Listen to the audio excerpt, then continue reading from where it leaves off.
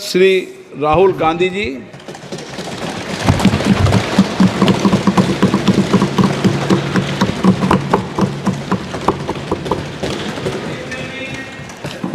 Thank you, Honorable Speaker, for the opportunity.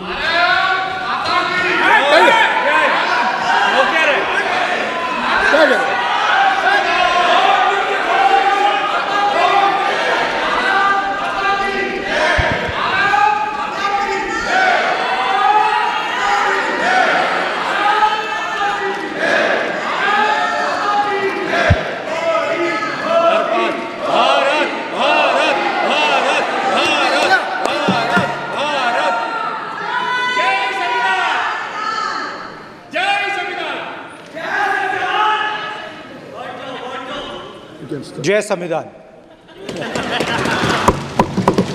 Copy है उसकी?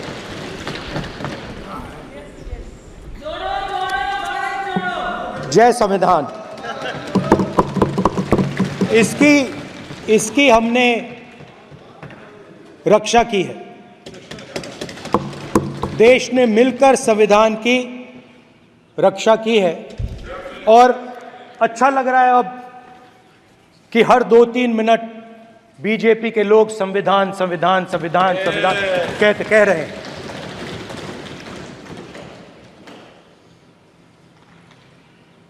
Speaker sir, for the last 10 years,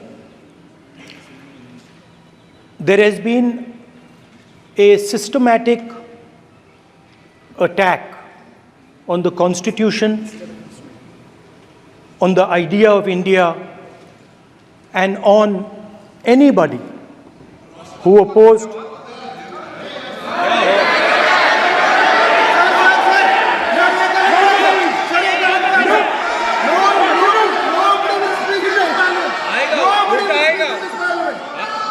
आप पर उल्टा आएगा, कोई बात नहीं, कल उल्टा आएगा आप पर। There has been just warming up right now. अभी वार्म अप हो रहा है। तो there was a systematic, full-scale assault on the idea of India, on the Constitution, and also on millions and millions of people who resisted the ideas being proposed by the BJP, who resisted the attack on the Constitution. Many of us personally were attacked. In fact, some of our leaders are still in jail. One of our leaders has just recently been released. Another one is still in jail. And not only the opposition, but anybody who resisted the idea of concentration of power, of concentration of wealth, of aggression on the poor, of aggression on Dalits, minorities, tribals, was crushed, violently crushed. People were put in jail, people were threatened, and I myself was attacked. Sir, ये संसद TV का नया format देखा है, आधा ये पहले हम देखा नहीं हमने। I myself was attacked by order of the government of India, by order obviously of the Prime Minister of India. 20 plus cases, 2-year jail sentence, my house taken away, no problem. Relentless attack in the media, 24/7, every single day, abuse, attack. And then the most enjoyable and beautiful part of it, 55 hours of interrogation by the ED. No, which I really enjoyed. Because by the end of the interrogation, the officer off camera, he switched off the camera and then he asked me, Rahul ji, you've been sitting here 55 hours. आप पत्थर जैसे हो, आप हिलते क्यों नहीं हो? मुझसे सवाल पूछा उसने. तो जब ऐसा आक्रमण होता है, when there's an attack like this on you, you obviously need refuge, you need a place, or you need ideas that defend you. So today I want to start my speech by telling my friends in the BJP and the RSS about the ideas that we used, the entire opposition used, to defend the idea of India. Where these ideas come from and how they gave us the strength, all of us, anybody who opposed the regime, how they gave us the strength to fearlessly take any onslaught that was placed before us. So I'd like to start by showing an image of our refuge. Okay? Sir Shiv ji की photo नहीं दिखा सकते sir? एक minute माननीय सदस्य. Sir Shiv ji की photo मना है सर? एक मिनट सर मना है तो रख देता हूं सर. नो, एक मिनट प्लीज. आपने सवाल उठाया, आपके माननीय सदस्यगण 353 का नियम बता रहे थे, 352 का नियम बताया. No please no. आपने कहा इस नियम प्रक्रिया से सदन चलना चाहिए. नियम प्रक्रिया में कोई भी प्ले कार्ड, कोई भी चिन्ह को सदन में नहीं दिखाया जा सकता. आपने कहा नियम से, ऐसा नहीं है. माइक दीजिए सर. जी सर क्या इस हाउस में शिव जी की फोटो दिखाना मना है? माननीय सदस्य, आप बस ये बता दीजिए. माननीय सदस्य सर मना है या नहीं? कोई भी चित्र को दिखाने के तो शिव जी का चित्र इस हाउस में दिखाना मना है. यहां पे दूसरी चीजों के चित्र दिखाए जा सकते हैं, मगर शिव जी का चित्र नहीं दिखाया जा सकता. अगर मैं कह रहा हूं कि हमें इनसे प्रोटेक्शन मिली और मैं समझाना चाह रहा हूं कैसे प्रोटेक्शन मिली, आप मुझे चित्र नहीं दिखाने दे रहे हो. इसके बाद मेरे पास और चित्र हैं, मैं सब दिखाना चाहता था. स्पीकर सर, ये चित्र पूरे हिंदुस्तान के दिल में है. पूरा हिंदुस्तान इस चित्र को जानता है, समझता है. Everybody knows this image. Speaker sir, why I got this image is because there are certain ideas in this image that we defend, that the opposition defends. The first idea in the image that we defend is the idea of confronting our fear, of never being scared. That idea is represented in this image, which you are not allowing me to show, by a snake that is placed right near the neck of Shivji. The idea behind that is never be scared of anything that you face. In fact, Shivji places death 1 inch from his neck. And that is the spirit with which we fought when we were in the opposition. From this idea of resisting, we are still in the opposition, I know that, and I'm happy and proud to be in the opposition. Because for us there is more than power. There is truth. For you there is only power. That is the only place you want to be. For us there is truth, and this is a symbol of truth. So when Shivji places the snake near his neck, what he is saying is, I will accept the truth and I will not back down from the truth, and that is what we have said. After that, a new idea emerges. And of course, I cannot show Shivji's picture, but all of you know it. Behind the left shoulder of Shivji is the Trishul. Now, I would like you to understand that there is a reason that the Trishul, a weapon, has been placed behind the left shoulder. The Trishul is not a symbol of violence. It is a symbol of non-violence, and that is why it is placed in a place where Shiva cannot reach it with his right hand. If it was a symbol of violence, it would have been held in his right hand like this. It is a symbol of non-violence. That is why it is placed behind his left shoulder. When we fought the BJP, we were not violent. When we defended the truth, there was not an ounce of violence in us. Now, there is a third idea, and a very powerful idea that emerges from the idea of truth, courage, and non-violence. And that idea, of course, it is a symbol that many of you hate, but that idea is the Abhay Mudra, the symbol of the Congress Party, which, as you can see, is also in this image.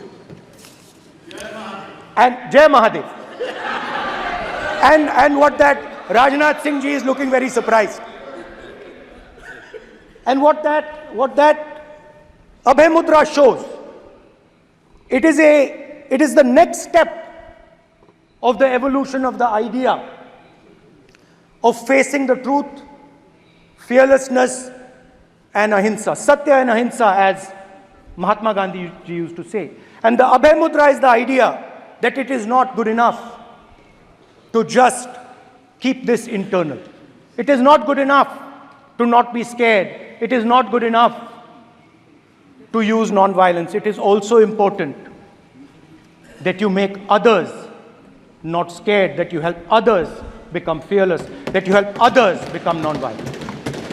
So in a sense, the Abhay Mudra is a projection from Shivji to the rest of the world about these two ideas. Of course, these two ideas were used by us, all of us, when we fought the British. And they were put forth by Mahatma Gandhi. The Prime Minister, of course, who has a direct connection with God, speaks directly to God. Yes, the Paramatma speaks to Modi ji's Atma directly. Unlike with all humans, we are all biological. We are born, we die, but the Prime Minister is a non-biological being. And the Prime Minister says Gandhi is dead. And Gandhi was revived by a movie. I mean, can you understand the ignorance? That Gandhi is dead and a movie revived the father of the nation. No, Gandhi is not dead. Gandhi is alive. Now, another very interesting thing I noticed. Hanji. That is not your problem. That is not your problem. It is not none of your business. It is not none of your business. And there's another thing I noticed. That it is not just one religion that talks about courage. In fact, all our religions talk about courage. So, here is the religion of Islam.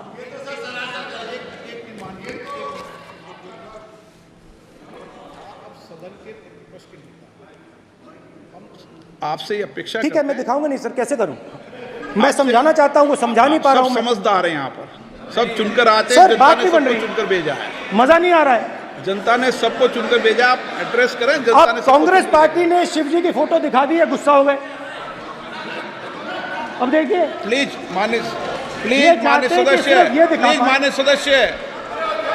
सदस्य आप तो इस्लाम में भी कहा गया है, मैं पढ़ता हूं। एड्रेस इधर करें। He said, एड्रेस इधर करें मान्य सदस्य। हाँ जी, सॉरी, इस्लाम में भी लिखा गया है, कुरान में, the prophet peace be upon him said, God said, have no fear, I am with you, hearing and seeing. मतलब इस्लाम में भी कहा गया है कि डरना नहीं है। और जब इस्लाम में दुआ मांगी जाती है तो दोनों हाथ से, दाएं हाथ से अभय मुद्रा दिखाई देता है। उसके बाद गुरु नानक जी की ओर चलते हैं।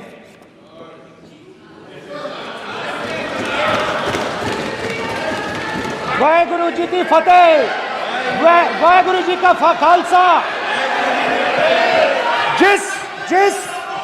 जिस धर्म पर आप हर रोज आक्रमण करते हो, गुरु नानक जी जो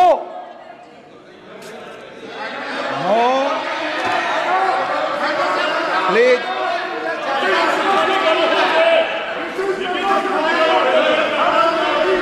no, please please please please please माननीय सदस्य, प्लीज।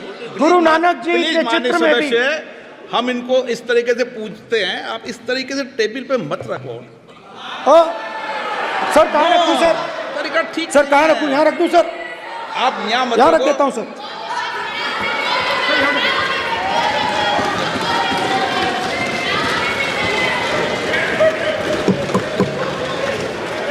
सर गुरु नानक जी के चित्र में भी आपको अभय मुद्रा दिखाई देगा। गुरु नानक जी भी कहते हैं कि डरो मत, डराओ मत। और पंजाब से गुरु नानक जी मक्का तक गए, थाईलैंड तक गए, अफगानिस्तान गए, श्रीलंका गए, किसी से हिंसा नहीं की, अहिंसा की बात की, सत्य की बात की, और किसी को उन्होंने अपनी जिंदगी में नहीं डराया। उसके बाद जीसस क्राइस्ट की इमेज देखिए, उसमें भी आपको अभय मुद्रा दिखाई देगा। जीसस क्राइस्ट की इमेज में भी अभय मुद्रा, डरो मत, डराओ मत। और जीसस क्राइस्ट ने कहा कि अगर आपको कोई थप्पड़ मारता है तो दूसरा गाल दिखा दो।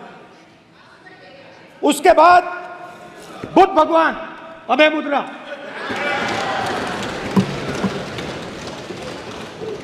डरो मत, डराओ मत, अहिंसा। मतलब, और अंत में महावीर, डरो मत, डराओ मत, अभय मुद्रा। मतलब हिंदुस्तान के इतिहास में 3 फाउंडेशनल आइडियाज हैं। मोदी जी ने अपने भाषण में एक दिन कहा कि हिंदुस्तान ने किसी पर आक्रमण नहीं किया। उसका कारण है क्योंकि यह देश अहिंसा का देश है। यह देश डर का देश नहीं है। तो हमारे सारे के सारे महापुरुषों ने अहिंसा की बात की, डर मिटाने की बात की। डरो मत, डराओ मत, डरो मत, डराओ मत।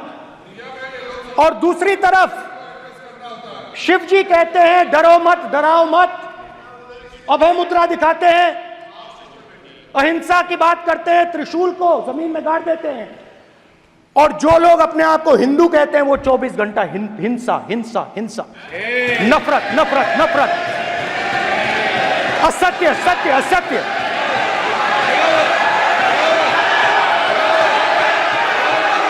आप हिंदू हो ही नहीं।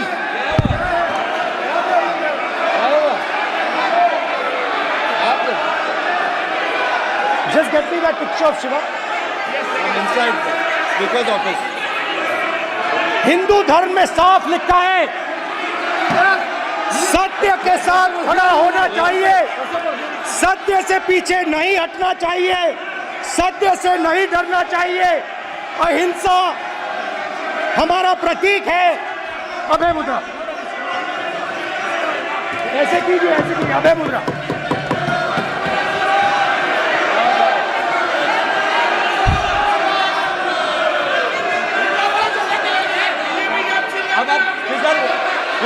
नहीं आएगा। प्राइम मिनिस्टर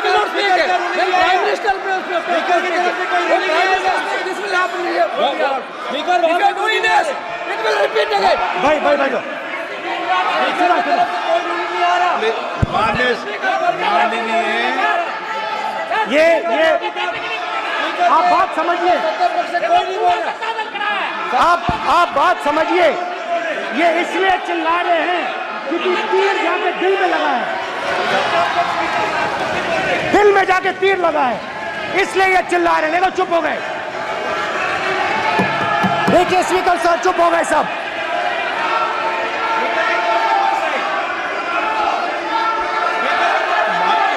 एक मिनट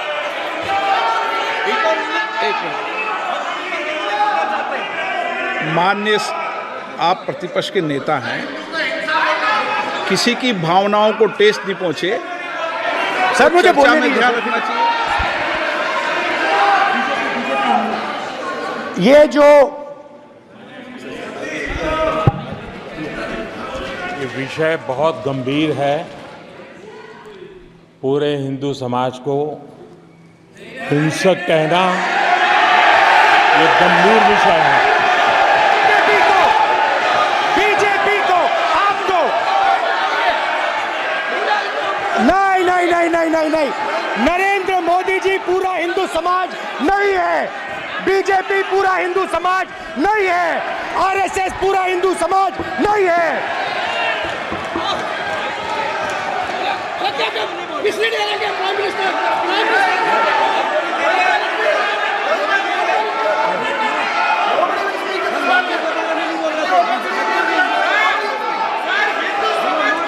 भूपेंद्र यादव जी, ये ठेका नहीं है बीजेपी का।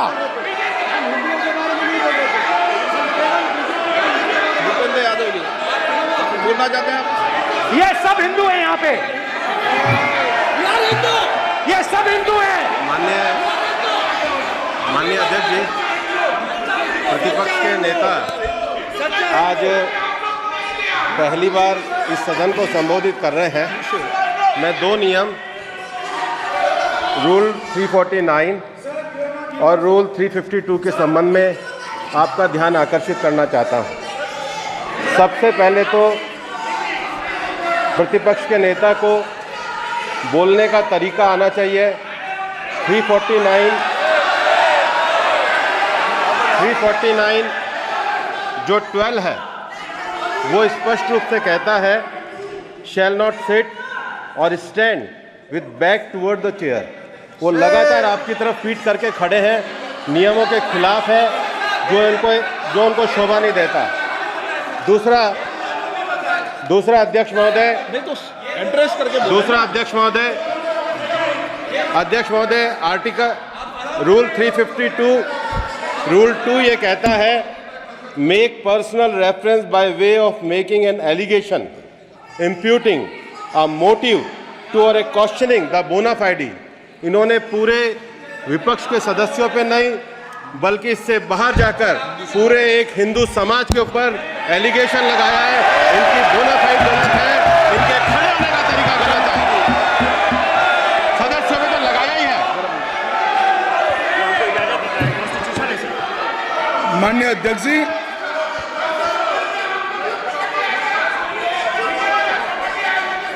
गृह मंत्री जी, नो आप डिबेट में गृह मंत्री जी।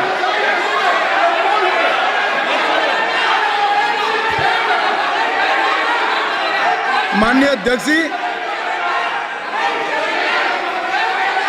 शोर शराबा कर इतने बड़े वाकया को छिपाया नहीं जा सकता।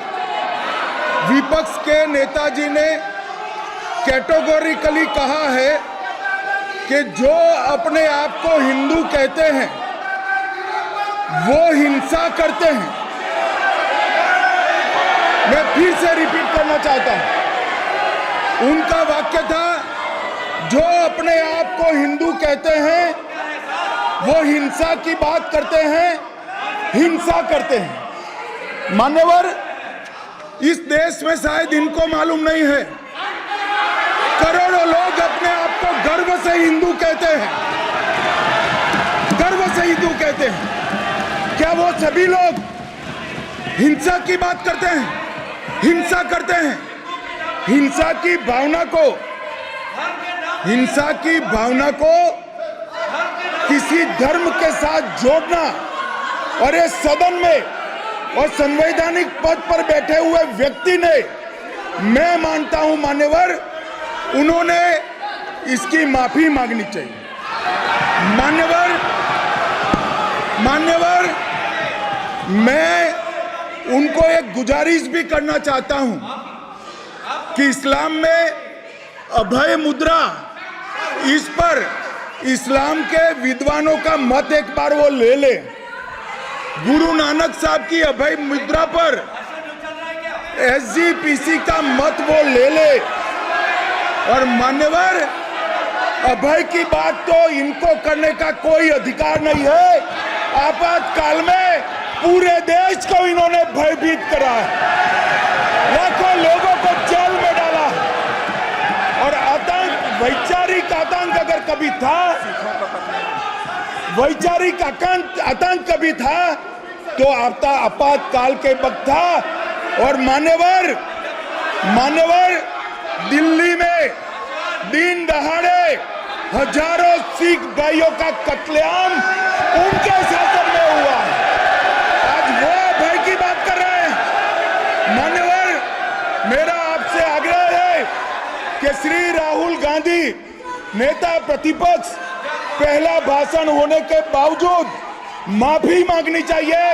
न केवल सदन, पूरे देश की माफी मांगनी चाहिए।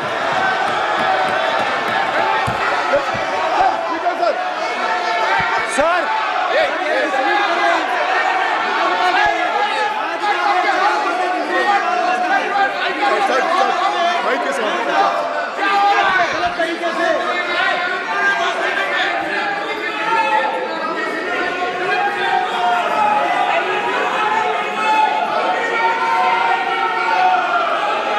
Speaker sir,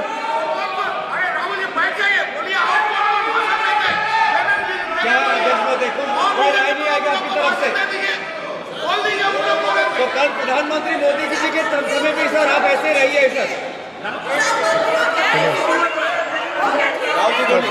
I'm not going to speak until they're quiet.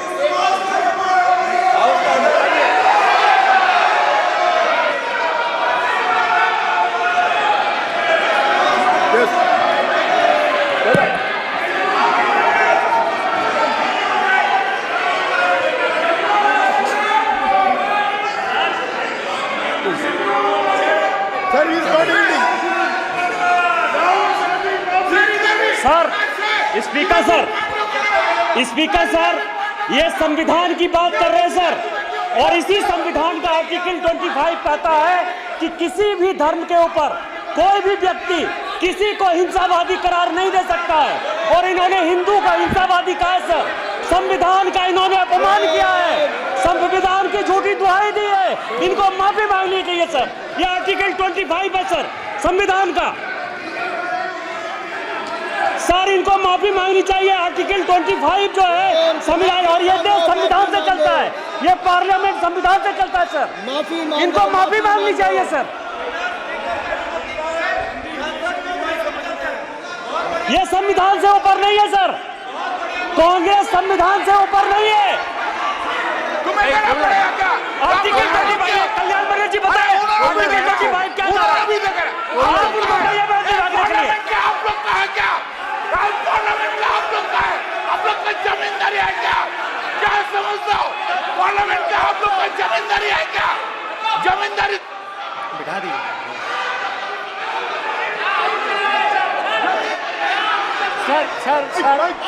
Sir, speaker sir, माने प्लीज एक मिनट देता हूं मैं आपको। हिंदू धर्म कहता है, एक मिनट प्लीज, माने सदस्य प्लीज एक मिनट प्लीज। माननीय सदस्यगण, ये सदन की एक मिनट मैं दूंगा, अलाउ करूंगा आपको। माननीय सदस्यगण, इस सदन की एक गरिमा रही है और हमें संवाद चर्चा करते समय इस सदन की गरिमा को रखना चाहिए।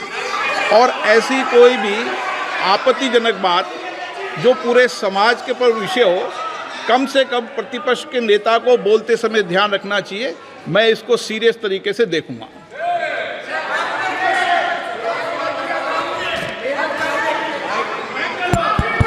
सर, अगर आप हिंदू धर्म के जो महापुरुष हैं, महापुरुष छोड़िए, अगर आप शिव जी को देखें तो क्या हो रहा है सर?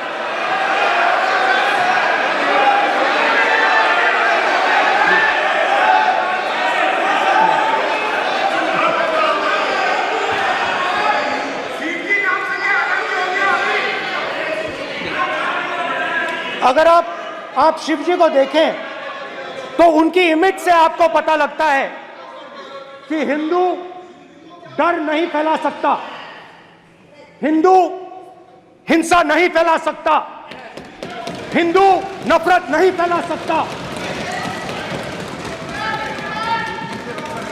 और बीजेपी 24 घंटा नफरत, हिंसा, नफरत, हिंसा, नफरत, हिंसा। स्पीकर सर, कहां तक इन्होंने डर फैला दिया है?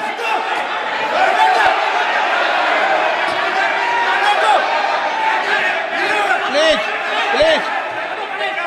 सर, कहां तक इन लोगों ने डर फैला दिया? मैं आपको अयोध्या से शुरू करता हूं। सर नमस्कार। अयोध्या ने आपको मैसेज भेजा, अयोध्या ने राम भगवान। मेरा व्यवस्था का सवाल है।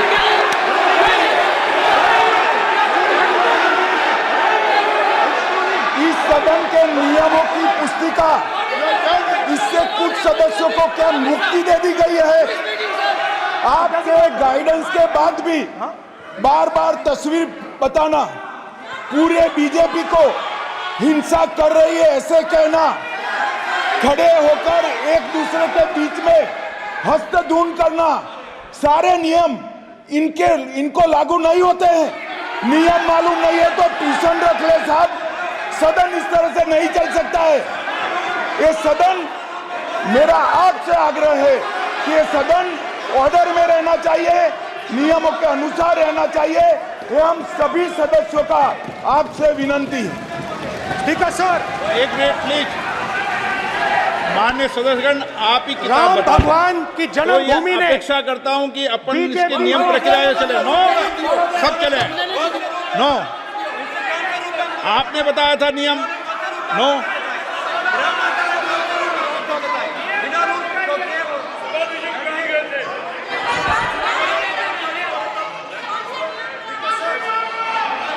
माइक दीजिए सर। हाँ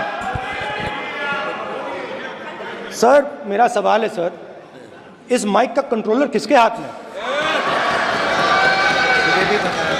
प्लीज बैठिए सर ये ऑफ होता है, प्लीज बीच में माने ऑफ हो बैठिए जाता है। प्लीज।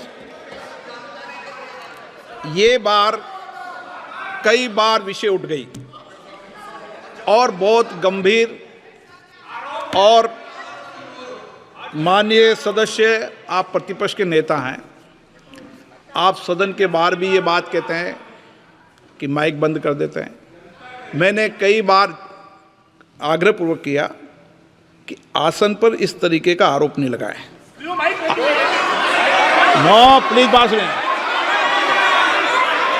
आसन पर सभी दल के, प्लीज, आसन पर सभी दल के लोग बैठते हैं और सभी दल के लोग सभापति तालिका पे हैं, और सब जानते हैं कि एक व्यवस्था होती है, जिस भी माननीय सदस्यों को आग्रह किया जाता है बोलने का वो बोला जाता है, और जिसको आग्रह नहीं किया जाता उसका माइक चालू नहीं होता। आप बोलने के लिए खड़े, आपका माइक कभी बंद नहीं हुआ, कभी बंद नहीं हुआ। आप अगर आसन में जो भी विराज रहे हैं वो अगर आपका नाम नहीं पुकारते हैं तब माइक चालू नहीं होता। ये व्यवस्था हमेशा इस सदन की रही है, पुराने में भी और नए में भी। कभी आसन पे व्यक्ति पर माइक का कंट्रोल नहीं होता। दूसरा, माननीय प्रतिपक्ष के आप नेता हैं और आपसे ये अपेक्षा की जाती है कि आप लोकसभा की प्रक्रिया का संचार नियम का पालन करें, संविधान की जो व्यवस्थाएं दे रखी है उसकी पालन करें, और सदन में बोलते समय किसी भी धर्म को के ऊपर ऐसा आक्षेप नहीं करें जिससे पूरे देश के अंदर विषय पैदा हो। यह आपसे अपेक्षा की जाती है। सर, मैं बिल्कुल आपकी रिस्पेक्ट करता हूं स्पीकर सर, मगर मेरे भाषण के बीच में सच्चाई है कि माइक ऑफ हो जाता है। मैं क्या करूं, हो जाता है वो। अब आपने देखा मैंने अयोध्या शब्द यूज किया और माइक ऑफ हो गया। नो, अरे ये प्रधानमंत्री मोदी जी के टाइम में आधा आधा पैरा आएगा क्या? तो अयोध्या ने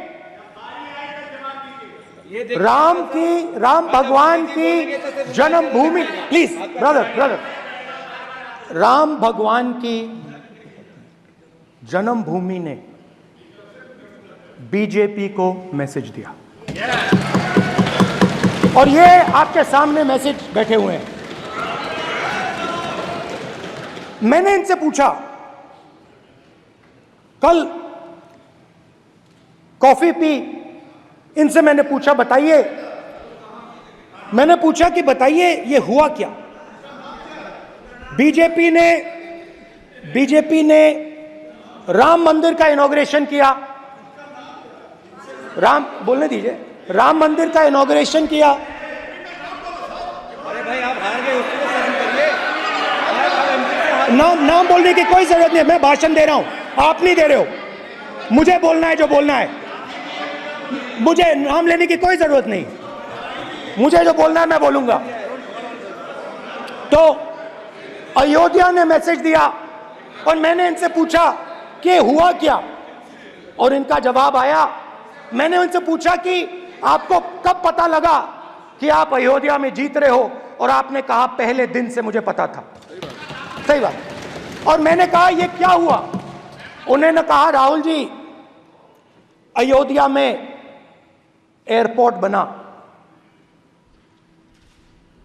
अयोध्या की जनता से जमीन छीनी गई और आज तक उन्हें मुआवजा नहीं मिला है। उन्होंने कहा, सही बात, उन्होंने कहा कि अयोध्या में जो भी छोटे छोटे दुकानदार थे,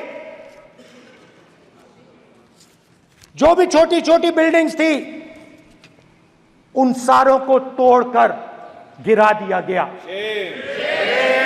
और उन लोगों को सड़क पर कर दिया गया। इन्होंने यह भी कहा कि अयोध्या के इनॉग्रेशन में अयोध्या की जनता को बहुत दुख हुआ, क्योंकि इनॉग्रेशन में अदानी जी थे, अंबानी जी थे, मगर अयोध्या का कोई नहीं था। और ये कारण था कि अयोध्या की जनता में, उनके दिल में नरेंद्र मोदी जी ने भय डाल दिया। उनकी जमीन ले ली, उनके घर गिरा दिए, और फिर अयोध्या के गरीब लोगों को, किसानों को, मजदूरों को मंदिर के इनॉग्रेशन तक नहीं जाने दिया। मंदिर के इनॉग्रेशन छोड़ो, उसके बाहर भी नहीं जाने दिया। और इसीलिए अयोध्या की जनता ने सही मैसेज भेजा। अच्छा, इन्होंने मुझे एक और बात बोली, 3 बार इन्होंने कहा कि 3 बार नरेंद्र मोदी ने टेस्ट किया, 2 बार क्या मैं अयोध्या से लड़ जाऊं, और सर्वेयर्स ने कहा अयोध्या में मत लड़ जाना,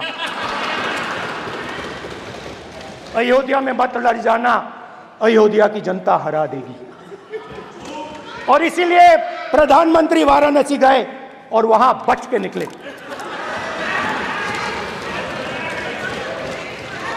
तो अयोध्या की जनता को डराया, पूरे देश को डरा दिया। मैं आपको बताता हूं, आज सुबह में आया, राजनाथ सिंह जी ने मुस्कुरा के मुझे नमस्ते की और मोदी जी बैठे हैं, मुस्कुराहट नहीं, सीरियस, नमस्ते भी नहीं करते। कहीं मोदी जी ना देख लें, प्रॉब्लम हो जाएगी। वही कहानी गडकरी जी की है, सच्चाई है। अरे भाई, अयोध्या की जनता को छोड़ो, ये तो बीजेपी वालों को डराते हैं।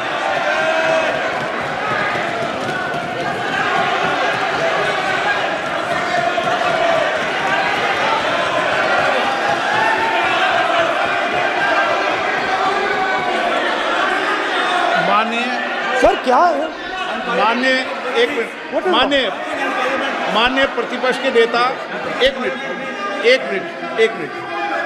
माननीय प्रतिपक्ष के नेता, आप सदन के वरिष्ठ नेता हैं। मेरा आपसे आग्रह है कि राष्ट्रपति अभिभाषण पर डिबेट हो रही है, इसकी गरिमा, राष्ट्रपति अभिभाषण की गरिमा रखे ना।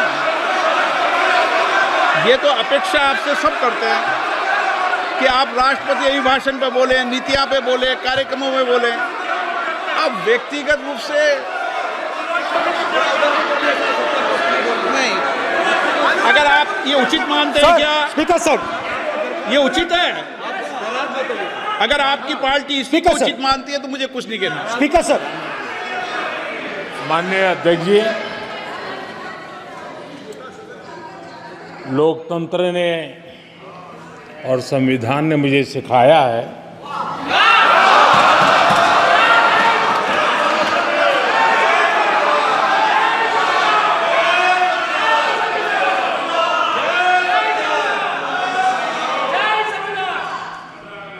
कि मुझे विपक्ष के नेता को गंभीरता से लेना चाहिए।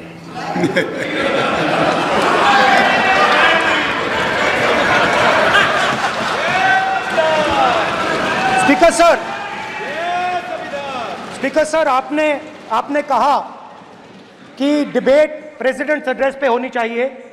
ये जो मैंने किया है, अनुराग ठाकुर जी ने अयोध्या की बात की थी, अनुराग ठाकुर जी ने सनातन धर्म पर आक्रमण की बात की थी, इसीलिए मैंने ये किया है। मैं दिखाना चाहता हूं कि अयोध्या में क्या हुआ, अयोध्या की सच्चाई क्या थी। प्रेसिडेंट्स डिबेट में उन्होंने बात उठाई थी, मैंने बात बंद की है।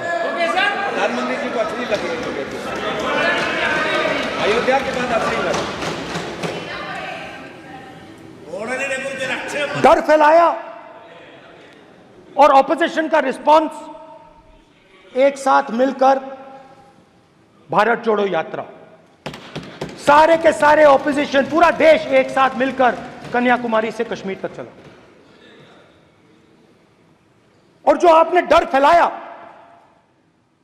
उसके बारे में यात्रा में बहुत कुछ सुनने को मिला।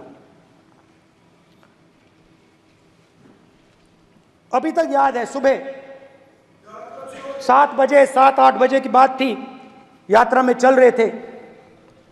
एक महिला आती है, हमारे साथ चलती है, मेरा हाथ पकड़ती है और घबराई हुई सी थी। तो मैंने पूछा क्या हुआ, मुझे कहती है मुझे मार रहा है, मुझे मार रहा है।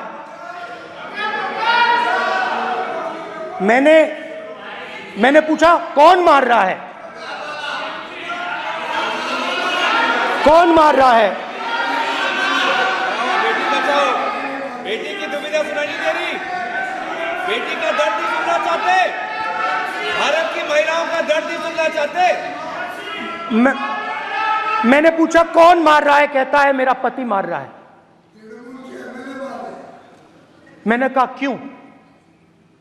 कहती है सुबह का खाना नहीं दे पाई। मैंने कहा क्यों? खरीद नहीं पाई, महंगाई है, महंगाई है, खरीद नहीं पाई, खाना नहीं पका पाई, इसलिए मुझे मार पिट रही है। मैंने कहा बहन क्या करूं, कैसे आपकी मदद करूं? कहती हैं आप कुछ मत कीजिए, आप कुछ मत कीजिए, आप सिर्फ ये बात याद रखिए कि महंगाई के कारण हिंदुस्तान में हजारों महिलाओं को सुबह पीटा जा रहा है। उसके शब्द हैं, मेरे शब्द नहीं हैं। गैस सिलेंडर, महंगाई, तो आपने गरीबों को, महिलाओं को डराने का काम किया। शिव जी कहते हैं डरो मत, डराओ मत। आपने हिंदुस्तान की महिलाओं को महंगाई से हर रोज डराया है। कुछ दिन पहले मैं पंजाब में अग्निवीर के परिवार से मिला। सुनिए अग्निवीर के परिवार से मिला। छोटा सा घर था, छोटा सा घर था।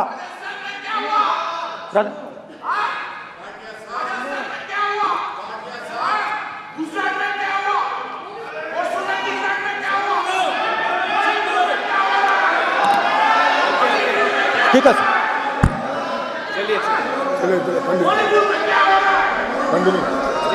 छोटे से घर में अग्निवीर शहीद हुआ, लैंडमाइन ब्लास्ट में शहीद हुआ। मैं उसे शहीद कह रहा हूं, मगर हिंदुस्तान की सरकार उसे शहीद नहीं कहती है। नरेंद्र मोदी उसे शहीद नहीं कहते हैं। नरेंद्र मोदी उसे अग्निवीर कहते हैं। उस घर को पेंशन नहीं मिलेगी, उस घर को कॉम्पनसेशन नहीं मिलेगी, शहीद का दर्जा नहीं मिलेगा। और बेचारे बैठे हुए थे, 3 बहनें थी, एक साथ बैठी हुई थी, रो रही थी। आम जवान को पेंशन मिलेगी, जरूर दुख होगा, मगर हिंदुस्तान की सरकार आम जवान की मदद करेगी। मगर अग्निवीर को जवान नहीं कहा जा सकता। अग्निवीर यूज एंड थ्रो मजदूर है। और आप उससे कहते हो, उसको आप 6 महीने की ट्रेनिंग देते हो,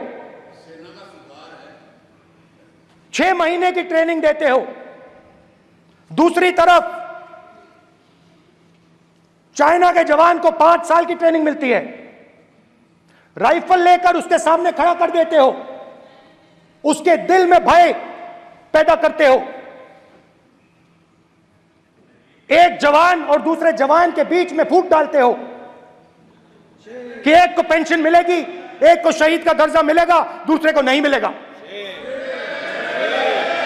और फिर अपने आप को देशभक्त कहते हो। ये कैसे देशभक्त हैं?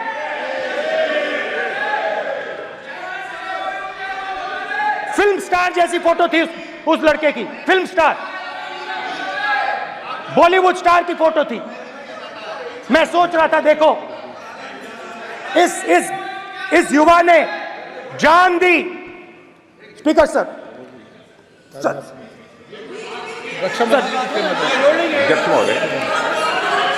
अध्यक्ष महोदय, एक आदमी सब पर भारी।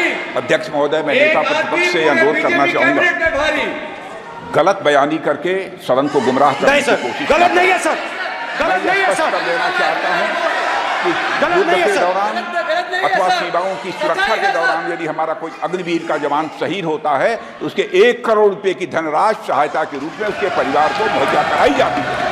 इस प्रकार की गलत बयानी से सभी को गुमराह करने की कोशिश नहीं की जानी चाहिए। संसद महोदय, अध्यक्ष। स्पीकर सर, स्पीकर सर देखिए, स्पीकर सर देखिए, राजनाथ सिंह जी की एक राय है, मेरी एक राय है। सच्चाई अग्निवीरों को मालूम है, हमें बोलने की जरूरत नहीं है। अग्निवीर को किस चीज का सामना करना पड़ता है, शहीद का दर्जा मिलता है या नहीं मिलता है, कॉम्पनसेशन मिलता है नहीं मिलता है, पेंशन मिलती है नहीं मिलती है, वो उसको मालूम है। पॉइंट ऑफ ऑर्डर है मान्यवर। अब सदन के सामने 2 स्टेटमेंट हुए, एक हुआ विपक्ष के नेता का, दूसरा हुआ माननीय राजनाथ सिंह जी का, रक्षा मंत्री जी का। ये कहते हैं कि 1 करोड़ रुपया नहीं मिलता है। श्री राजनाथ सिंह ने अधिकृत रूप से कहा कि मारे जाने वाले अग्निवीर को जो शहीद होता है उसको 1 करोड़ रुपया मिलता है। उनको फैक्चुअल पोजीशन सदन पर रखनी चाहिए मान्यवर। ये सदन झूठ बोलने की जगह नहीं है मान्यवर, यह सच बोलना चाहिए। और अगर ये नहीं रखते हैं तो उनको ये सत्यापन नहीं करते अपने स्टेटमेंट का, तो उनको सदन और देश से और अग्निवीरों से माफी मांगनी चाहिए माननीय।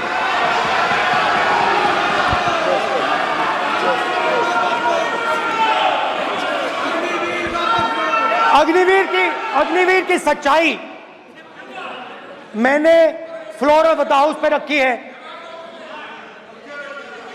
और राजनाथ सिंह जी ने भी कहा है, जो रियलिटी है वो हिंदुस्तान की सेना को मालूम है, वो अग्निवीरों को मालूम है। उनके कहने से या मेरे कहने से कोई फर्क नहीं पड़ता, सच्चाई तो उनको मालूम है। उनको मालूम है सच्चाई कौन बोल रहा है।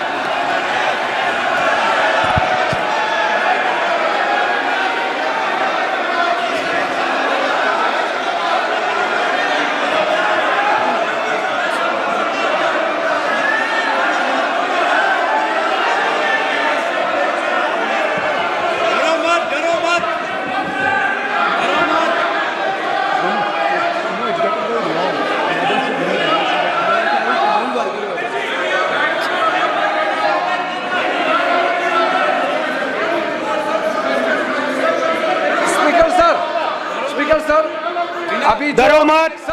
मेरा छोटा सा अनुरोध है, क्योंकि सर ये विषय गंभीर है और अभी माननीय गृह मंत्री जी ने जो बात रखे हैं कि 2 स्टेटमेंट जो रक्षा मंत्री जी ने बताया सदन को और माननीय विपक्ष के नेता राहुल गांधी जी ने जो स्टेटमेंट रखा है, इसमें इन्होंने जो कहा है कि रक्षा मंत्री बोलने से क्या फर्क पड़ता है, इतना हल्का फुल्का कैसे स्टेटमेंट दे सकता है लीडर ऑफ ऑपोजिशन। इसलिए सर इन्होंने जो बात रखा है पुष्टि करना चाहिए और हम लोग भी सर नियम के मुताबिक अपना बात रखेंगे सर।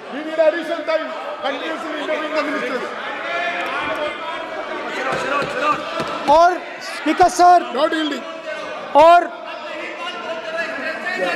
स्पीकर सर, देश की सेना जानती है, पूरा देश जानता है कि अग्निवीर स्कीम सेना का स्कीम नहीं है, पीएमओ का स्कीम है। और पूरी सेना जानती है कि स्कीम प्राइम मिनिस्टर का ब्रेन चाइल्ड था, स्कीम सेना का ब्रेन चाइल्ड नहीं था। जैसे नोटबंदी की गई वैसे ही आर्बिट्री तरीके से। अध्यक्ष महोदय, अध्यक्ष महोदय, मैं नेता प्रतिपक्ष से विनम्रतापूर्वक अनुरोध करना चाहता हूं कि कृपया वह सदन को गुमराह करने की कोशिश न करें।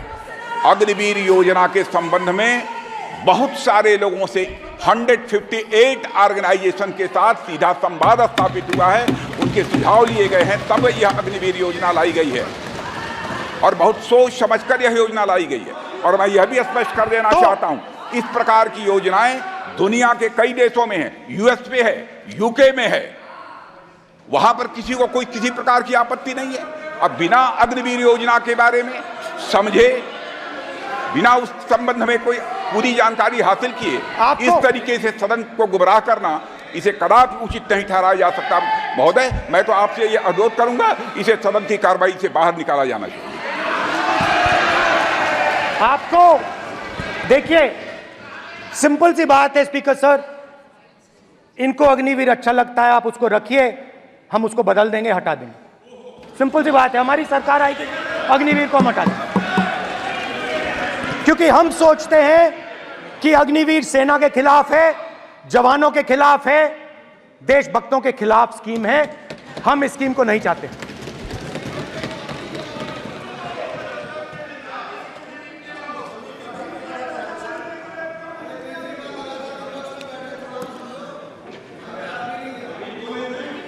पहली बार हिंदुस्तान की हिस्ट्री में जनता से स्टेट्स छीने गए हैं। जम्मू कश्मीर लद्दाख से आपने पहली बार स्टेट छीना है। मणिपुर को आपने सिविल वॉर में डुबा दिया है।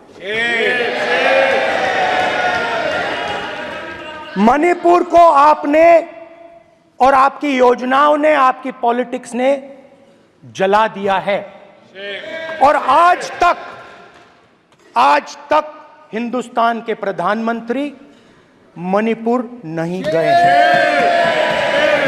ऐसा लगता है कि मणिपुर हिंदुस्तान का प्रदेश नहीं है। प्रधानमंत्री के लिए मणिपुर स्टेट ही नहीं है। मणिपुर में सिविल वॉर हो ही नहीं रही है। और एक बार बयान दिया हमने, मतलब प्रेशर लगाया, हम गए, हमने प्रधानमंत्री से कहा एक मैसेज दे दीजिए, मणिपुर चले जाइए, जनता की वहां रक्षा कीजिए। नहीं,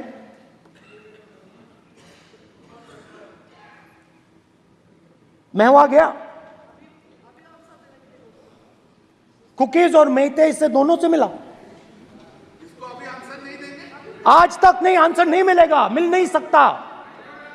मणिपुर इनके लिए हिंदुस्तान का प्रदेश ही नहीं है। मणिपुर है ही नहीं, मणिपुर है ही नहीं, ना होम मिनिस्टर के लिए ना प्रधानमंत्री के लिए, है ही नहीं, एग्जिस्ट नहीं करता, वो है ही नहीं। ना प्रधानमंत्री जाएंगे बोलेंगे कुछ नहीं, जैसे कुछ नहीं हुआ वहां पे। मैं रिलीफ कैंप में गया, एक औरत कांपती हुई, रोती हुई मुझे कहती है कि मैंने अपनी आंखों के सामने, हाँ मैं औरतों की बात कर सकता हूं, एक भाई मैं कर सकता हूं, एक भाई एक कर्तव्य निभा रहा है। आप अपने संगठन में महिलाओं को नहीं डालते हो, मगर मैं औरतों की बात कर सकता हूं।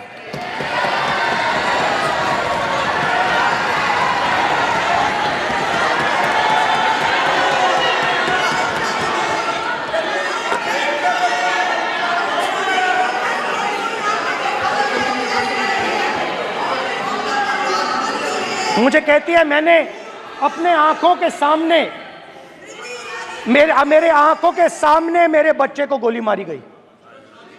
मैं भागना नहीं चाहती थी, मैं मरना चाहती थी, उसके साथ मरना चाहती थी। मुझे घसीट के वहां से ले गए और फिर मेरे को अपने बच्चे की फोटो दिखाती है, कांपती हुई ऐसे फोटो दिखाती है। ये आपकी योजनाओं का नतीजा है। आपको शर्म आनी चाहिए।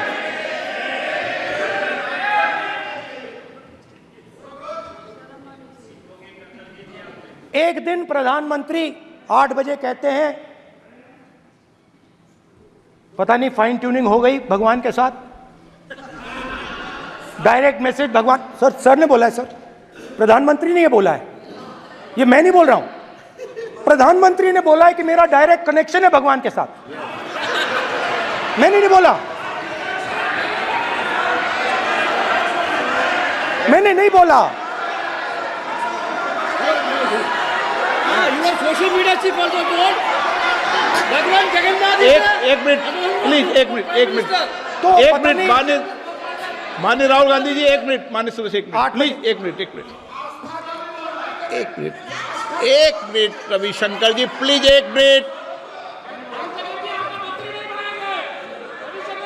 माननीय सदस्यगण, आप वरिष्ठ नेता हैं, सदन के नेता होते माननीय प्रधानमंत्री जी, और हम सबको माननीय प्रधानमंत्री जी का सम्मान करना चाहिए।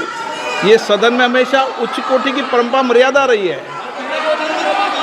नो सर, नहीं, गौरव, अगर आपको स्पीकर सर, मैं की पुरानी पार्टी है। गौरव, स्पीकर सर, मैं रिस्पेक्ट कर रहा हूं। ये प्रधानमंत्री के शब्द हैं, मेरे शब्द नहीं हैं। ये प्रधानमंत्री जी ने कहा है, पब्लिक में, मीडिया को कहा है कि मैं बायोलॉजिकल नहीं हूं, मेरा डायरेक्ट कनेक्शन भगवान के साथ है। मैं नहीं बोल रहा हूं, प्रधानमंत्री मोदी जी ने बोला है। तो पता नहीं उस टाइम 8 बजे भगवान का मैसेज आया होगा हिंदुस्तान, वही मगर फिर श्री राम ने आपको दूसरा मैसेज दे दिया अयोध्या में। भगवान का मैसेज आया होगा, मोदी जी नोटबंदी कर दीजिए। नोटबंदी कर दिया, डायरेक्ट ऊपर से आया मैसेज, ऑर्डर आया खटाक।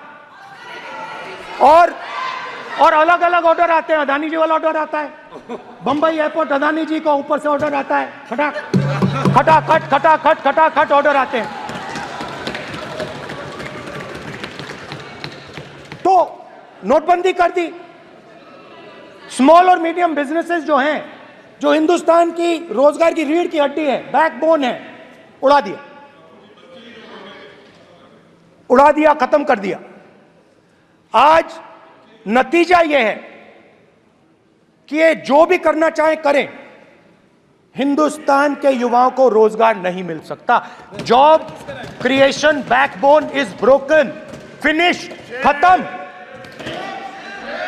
नोटबंदी की, गलत जीएसटी लागू की, उड़ा दिया। अब मैं सोचता हूं, पहले मैं सोचता था ये पता नहीं कैसे हुआ, अब मैं समझता हूं कि ये अदानी जी, अंबानी जी जैसे लोगों के लिए किया गया था। ये रास्ता साफ करने का तरीका था, रास्ता साफ करने का तरीका था। इनकम टैक्स डिपार्टमेंट उनके पीछे पड़ा रहता है। जीएसटी, डिमोनेटाइजेशन, 24 घंटा उनको तंग करते हैं। उनके कैश फ्लो को रिस्ट्रिक्ट करने की कोशिश करते हैं, कैश फ्लो को क्रश करने की कोशिश करते हैं कि वो परे हट जाएं और अरबपति उनकी जगह ले लें। आप किसी भी छोटे व्यापारी से पूछ लो, किसी भी स्मॉल मीडियम बिजनेस ओनर से पूछ लो, ये आपको बता देगा। गुजरात में मैं गया, टेक्सटाइल ओनर्स के साथ मेरी बात हुई। मैंने उनसे पूछा नोटबंदी क्यों हुई, जीएसटी क्यों हुई? साफ बोला अरबपतियों की मदद करने के लिए जीएसटी और नोटबंदी की गई है। नरेंद्र मोदी जी अरबपतियों के लिए काम करते हैं, सीधी सी बात। मैं जाता रहता हूं और आपको गुजरात में हराएंगे इस बार।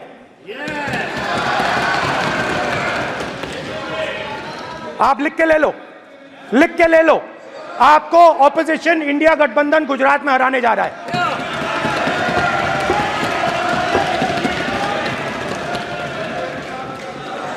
किसानों को डराने के लिए लैंड एक्विजिशन बिल जो हम लाए थे, उनकी जमीन की रक्षा करने के लिए, उनको सही कॉम्पनसेशन देने के लिए, उसको आपने खत्म कर दिया। यहां कोशिश की, कर नहीं पाए तो स्टेट्स में खत्म कर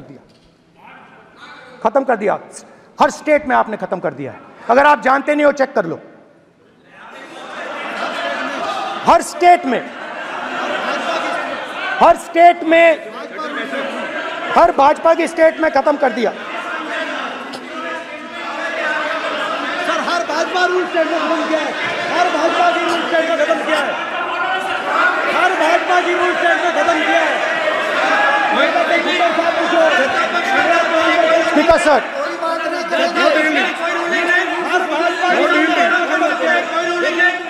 खट्टर साहब ने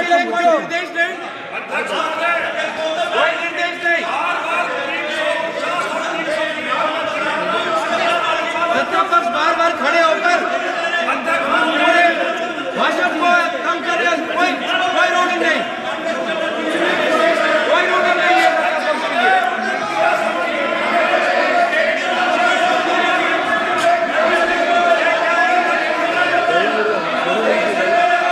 कोई रोनी नहीं है। इनको बैठने के लिए नहीं कहा जा रहा, इनको बैठने के लिए नहीं कहा जा रहा, इनको बैठने के लिए नहीं कहा जा रहा। सत्ता पक्ष डिस्टर्ब कर रही है सर। अध्यक्ष महोदय सत्ता पक्ष डिस्टर्ब कर रहे हैं। अध्यक्ष महोदय सत्ता पक्ष डिस्टर्ब कर रहे हैं। किसानों को ये देखिए सर, ये देखिए just give me a list of BJP states. आप किताब लेके क्यों खड़े हो? कानून बनाना चाहते हो? आप क्या बोलना चाहते हैं, कानून से बताओ। स्पीकर का डायरेक्शन है सर, स्पीकर का डायरेक्शन 115, और वो ये कहता है सर, वो ये कहता है कि कोई भी मेंबर यदि अपनी बातें कहना चाहता है, जैसे अग्निवीर के बारे में उन्होंने कहा या स्टेट के बारे में कहा, उनको ऑथेंटिकेट करना पड़ेगा, नहीं तो माफी मांगनी पड़ेगी। ये आपका डायरेक्शन है 115(1) और 115(2). इसीलिए वो जो बातें कर रहे हैं उसको ऑथेंटिकेट करें, चाहे अग्निवीर के लिए चाहे वो किसानों के लिए कर रहे सर। ये आपका डायरेक्शन है।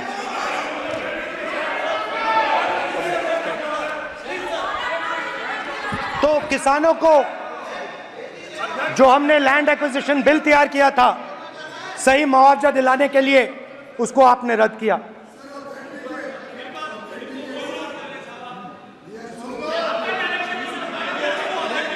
विल ऑथेंटिकेट कर देंगे, ऑथेंटिकेट कर देंगे, कर देंगे हम ऑथेंटिकेट, बैठ जाओ, कर देंगे ऑथेंटिकेट। उसके बाद किसानों को डराने के लिए, याद रखिए शिव जी कहते हैं डरो मत डराओ मत, किसानों को डराने के लिए आप 3 नए कानून लाए। प्रधानमंत्री ने उनसे कहा कि ये आपके फायदे के कानून हैं। सच्चाई थी कि वो अदानी जी अंबानी जी के फायदे के कानून थे। हिंदुस्तान के सारे किसान खड़े हो जाते हैं। आज तक सड़क ब्लॉक है। अगर आप वहां जाएंगे आज तक आपको दिखेगा कि वो सड़क जिस पे किसान आए थे वो आज तक बंद पड़ी हुई है। हरियाणा में 2 जगह किसान खड़े हो गए, कहते हैं नहीं ये हमारा नहीं है, आप हमारे से हमारी मेहनत का फल छीनना चाहते हो, हम इस बात को एक्सेप्ट नहीं करेंगे। आप उनसे बात नहीं करते, आप उनको कहते हो, आप बात नहीं करते।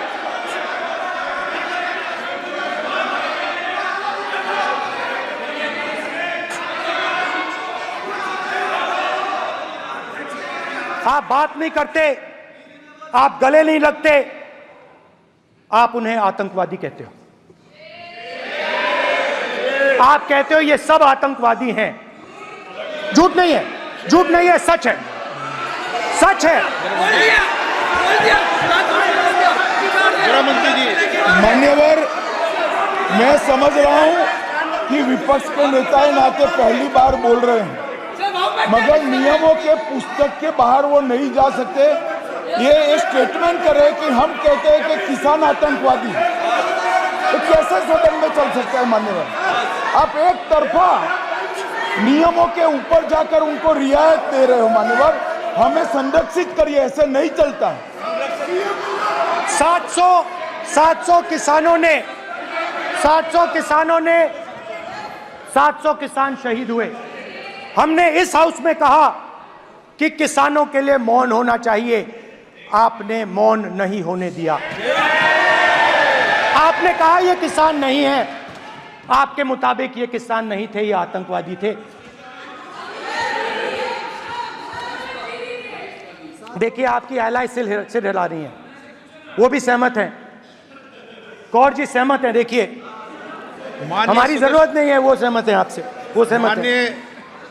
माननीय बोला था माननीय सदस्य, एक शब्द उधर नहीं सर। किसान क्या मांग रहा है सर? स्पीकर सर, माननीय सदस्य, स्पीकर सर, किसान क्या मांग, सॉरी, मेरा ये आग्रह है, आपकी पार्टी का समय नहीं बचेगा,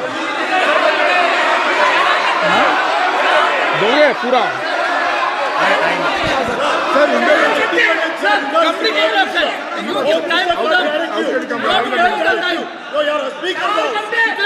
आप नहीं बोलेंगे, नहीं बोलेंगे सर। और आप तो सर, और स्पीकर सर, आप तो किताब स्पीकर सर, किसानों ने मांगा क्या? स्पीकर सर, किसानों ने मांगा क्या? किसानों ने सिर्फ ये कहा कि अगर 16 लाख करोड़ रुपए अरबपतियों का कर्जा माफ हो सकता है तो हमारा भी थोड़ा सा कर दीजिए। किसान ने यह कहा कि हर प्रोडक्ट के लिए सही प्राइस मिलती है, हमें भी एमएसपी दे दीजिए। और आप लोगों ने कहा किसान का कर्जा माफ नहीं होगा और एमएसपी नहीं मिलेगी।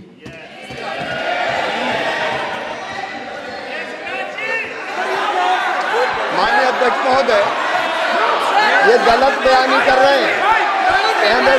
एमएसपी सरकार दे रही है और ये मोदी जी की सरकार है जिसको उत्पादन की लागत पर कम से कम 50%, माननीय अध्यक्ष महोदय, उत्पादन की लागत पर कम से कम 50% जोड़कर एमएसपी दी जा रही है और नहीं दी जा रही। ये सत्यापित करें माननीय अध्यक्ष महोदय, ये गलत बयानी कर रहे हैं, ये सदन को गुमराह कर रहे हैं, गलत बयानी कर रहे हैं। आज भी एमएसपी पर खरीद जारी है और अभी खरीद की फसलों के एमएसपी के रेट हमने तय किए। ये बताए जब इनकी सरकार थी तब एमएसपी कितनी मिलती थी और उस समय खरीद कितनी होती थी माननीय अध्यक्ष, उस समय खरीद कितनी होती थी। आज भी एमएसपी पर खरीद जारी है माननीय अध्यक्ष महोदय, ये गलत बयानी कर रहे हैं। ये सत्यापित करें इसको कि एमएसपी पर खरीद नहीं हो रही, ये सत्यापित करें माननीय अध्यक्ष महोदय, ये गलत बयानी की जा रही है। देना चाह रहे हैं, इनको नहीं बोलने देना चाह रहे हैं।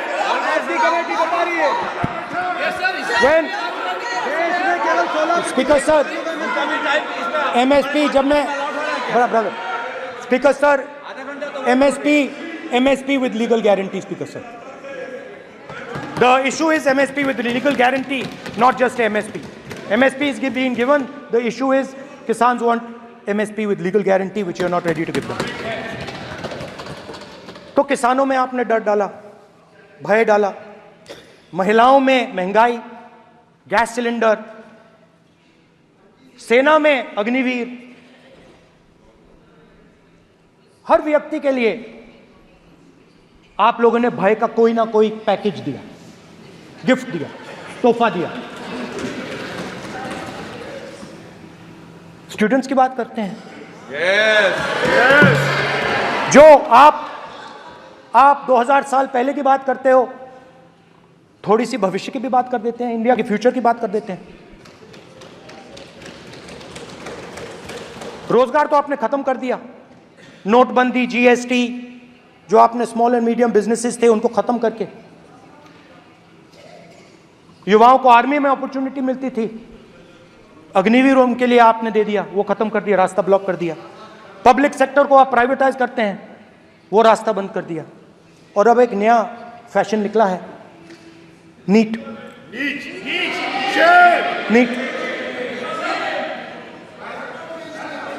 प्रोफेशनल एग्जाम्स को आपने कमर्शियल एग्जाम्स में बदल दिया है. NEET is not a professional exam, NEET is a commercial exam. NEET में एक स्टूडेंट टॉपर हो सकता है, एक्सीलेंट स्टूडेंट हो सकता है, मगर अगर उसके पास पैसा नहीं है मेडिकल कॉलेज में नहीं जा सकता. सिंपल सी बात. नीट का पास मार्क 22% है. वो पूरा का पूरा एग्जाम, सर एजुकेशन मिनिस्टर पूरा का पूरा एग्जाम अमीर बच्चों के लिए बनाया गया है. कोटा में पूरे के पूरे एग्जाम को आपने सेंट्रलाइज किया. हजारों करोड़ रुपए बन रहे हैं, हजारों करोड़ रुपए बन रहे हैं. और कमर्शियल पेपर जो आपने बना रखे हैं, कमर्शियल एग्जाम्स, 7 साल में 70 बार पेपर लीक. प्रेसिडेंट्स एड्रेस में ना नीट की बात होगी, ना अग्निवीर की बात होगी, ये बातें नहीं होंगी. और हमने कहा, हम स्पीकर सर, हमने कहा कि एक दिन का डिस्कशन अलाउ कर दीजिए. हम आपके साथ खड़े होकर इसको रिजॉल्व करना चाहते हैं. इंस्टीट्यूशनल फेलियर है, हम आपकी मदद करना चाहते हैं, रिजॉल्व करना चाहते हैं. सरकार कहती है नहीं, डिस्कशन नहीं होगा, भविष्य का डिस्कशन हो ही नहीं सकता. तो ये हालत है. जहां भी ये देखते हैं, ये सोचते हैं कि भाई भय कैसे पैदा करें. माइनॉरिटीज को डराते हैं. नहीं, कांग्रेस नहीं डरती आपसे. आप कांग्रेस से डरते हो।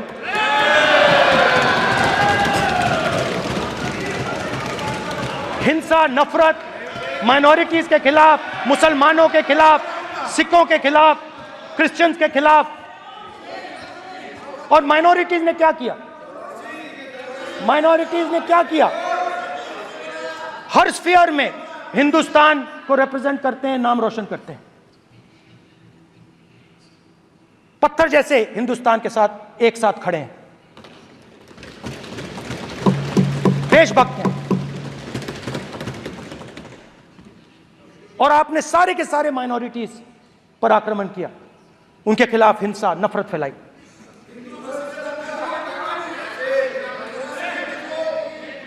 तो शिव जी कहते हैं सर देखिए मेरा वो हटा दिया आपने सर, वो देखिए सर हटा दिया, कैमरा से हटा दिया। चेहरा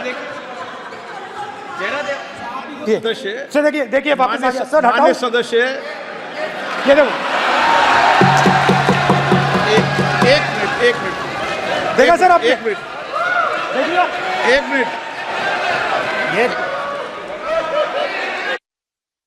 सर मैं प्लीज एक मिनट सर प्लीज एक मैं मिनट सर इतना कहना चाहता हूँ। प्लीज माननीय सदस्य प्लीज। नहीं ये ठीक नहीं है। नो मैं एक मिनट प्लीज एक मिनट।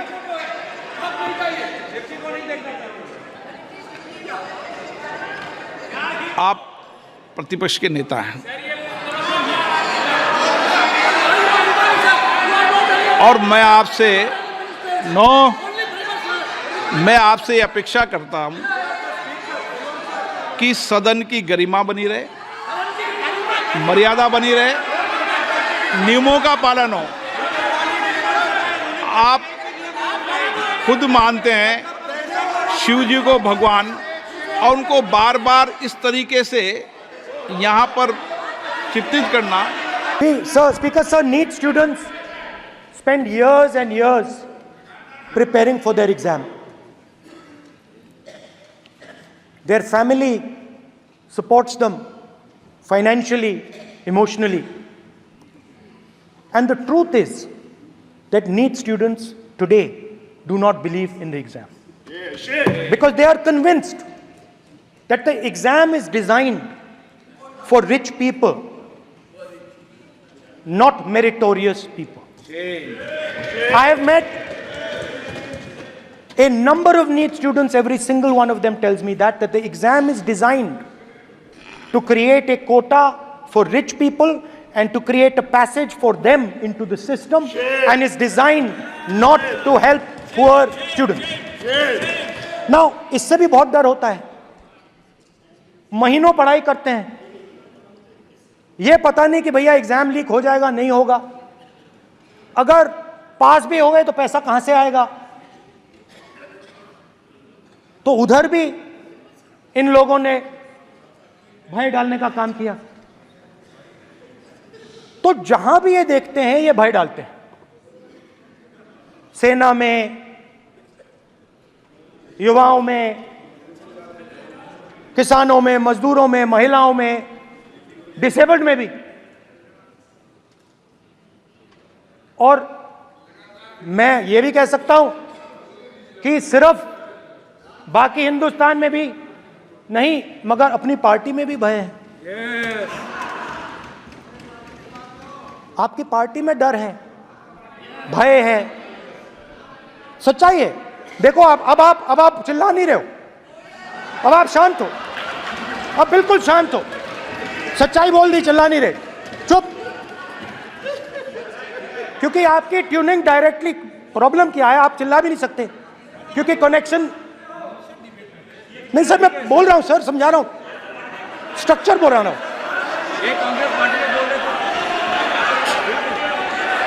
सर लोकतंत्र में पार्टी में डेमोक्रेसी होनी चाहिए। कोई भी इन पार्टियों में कोई भी आके कुछ भी कह देता है। ग्रुप ऑफ 22, 23, 24, 25 सब जो बोलना है बोल देते हैं, मगर आपकी पार्टी में भय है। सत्यमेव जयते।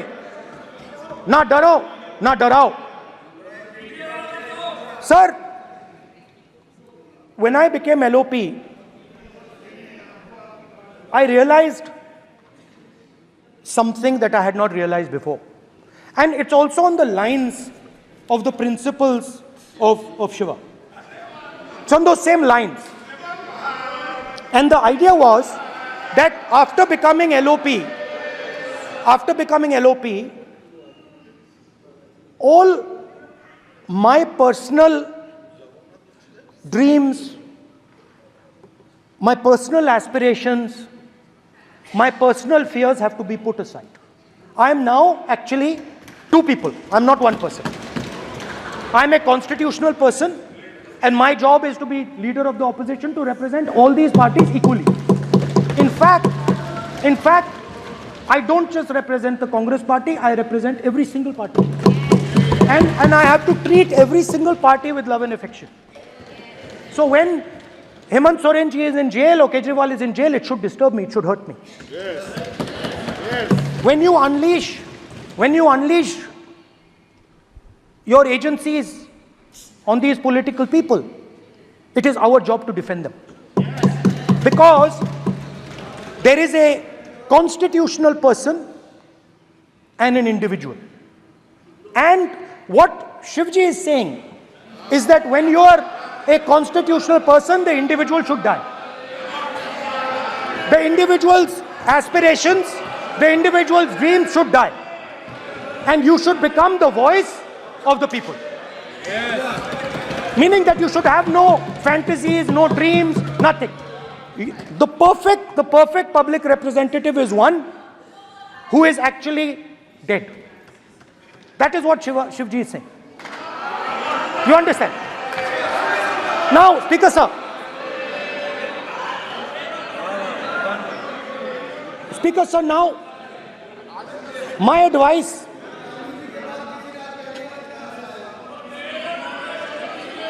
So there are two structures now.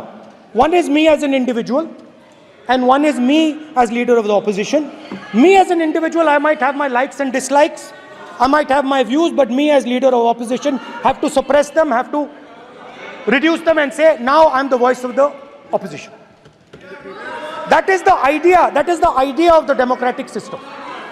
The people have given me a responsibility, and that responsibility should overcome my personal likes, dislikes, aspirations.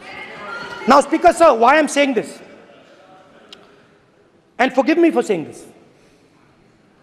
But when you were being put on that chair,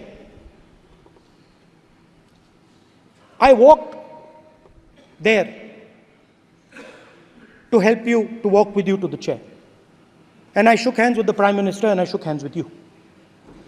And then I walked to your chair. And you are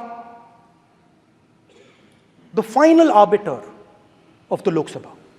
You're the final word here.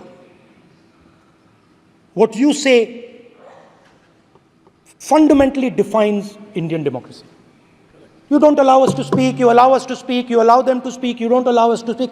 All these things define Indian democracy. Speaker sir, there are actually two people sitting in that chair.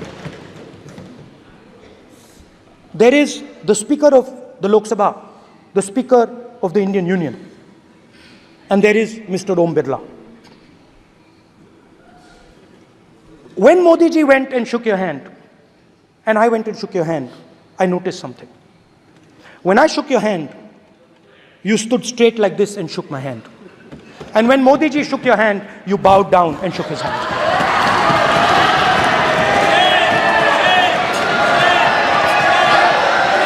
ये आसन के सामने आरोप है, ये chair के सामने आरोप कर रहे हैं माननीय। Now, with all respect, sir.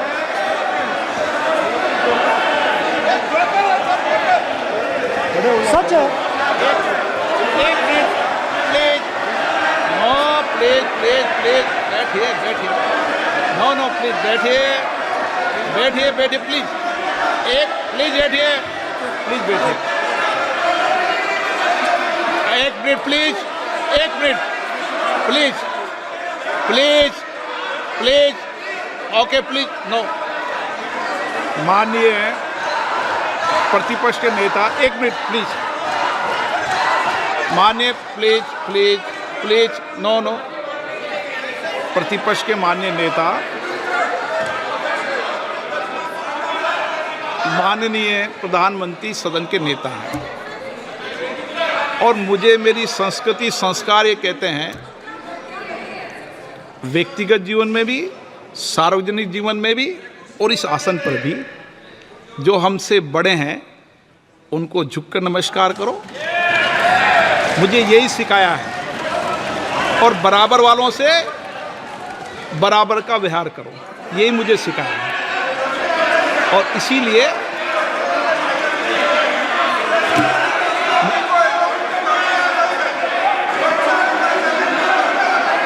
Speaker sir, अगर आप हाँ, मैं इस बात को आसन से कह रहा हूं कि मेरी संस्कृति और संस्कार यही है कि बड़ों का झुककर और आवश्यक हो तो पैर छूकर सम्मान करो और बराबर जो उम्र से छोटे हैं उनसे बराबर का व्यवहार करो। स्पीकर सर, ये हमारी संस्कृति संस्कार है और मैं इस संस्कृति संस्कार की पालन करता हूँ। स्पीकर सर, आपकी बात को मैं एक्सेप्ट करता हूं। स्पीकर सर, आपकी बात को रिस्पेक्टफुली, बैठिए ना। स्पीकर सर, मैं आपकी बात को रिस्पेक्ट करता हूं, मगर आपको कहना चाहता हूं कि इस हाउस में स्पीकर से कोई बड़ा नहीं होता। स्पीकर सबसे बड़ा है, हम सबको स्पीकर के सामने झुकना चाहिए और मैं आपके सामने झुकूंगा और सारा का सारा ऑपोजिशन आपके सामने झुकेगा। ये लोकतंत्र है स्पीकर सर, आप इस हाउस के लीडर हैं, आपको किसी के सामने नहीं झुकना चाहिए। कस्टोडियन है, नेता प्रधानमंत्री है, स्पीकर को आप, speaker is the last word, speaker is अध्यक्ष and is the last word. अंत में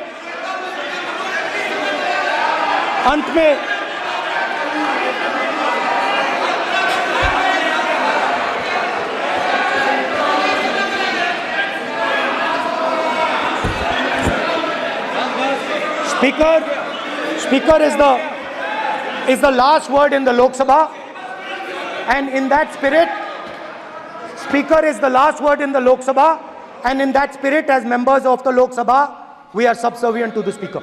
I believe that. Yes. Now, there might be people in this room who think they are not, but I think the entire opposition believes that we are subservient to you, sir. And we will listen to what you say, and we will bow in front of you. But the only thing I request, Speaker, sir, is it is important that there is fairness in this house. Yes, yes. Now, I gave a speech, Speaker, sir, and it was interrupted throughout. Yes. Now, this time is going to be taken away from my colleagues. And I think that is unfair. Finally, I'd like to say that the principles that allowed us to fight are in our traditions. Truth,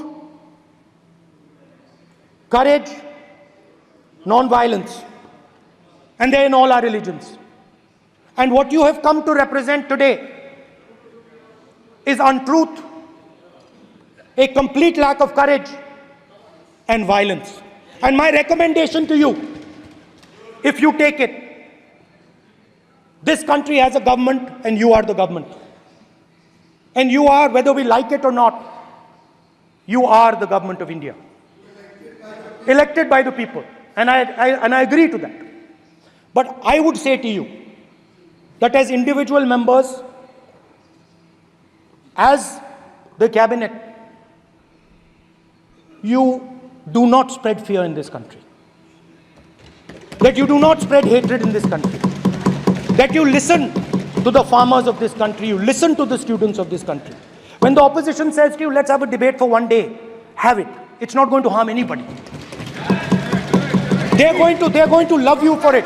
The students of India are going to say, we love the government because they allowed us our voice, they let us speak for one day. So, do not spread hatred. Do not spread violence. Do not be fearful. Even the BJP members here, even the cabinet members, do not be fearful. You have a constitutional position. You are individuals and then you have a constitutional position. Rajnath Singh ji is an individual and he's the defense minister of India. And that is the way this country has to be run. And we as the opposition, don't take us as your enemies. We are not your enemies.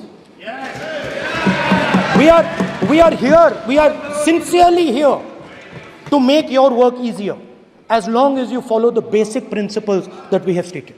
And these principles are Shivji's principles. They are the principles of Shivji. Har Har Mahadev, you can say. To make the government. This is basically what I have explained here today is the concept of Indian leadership in all religions.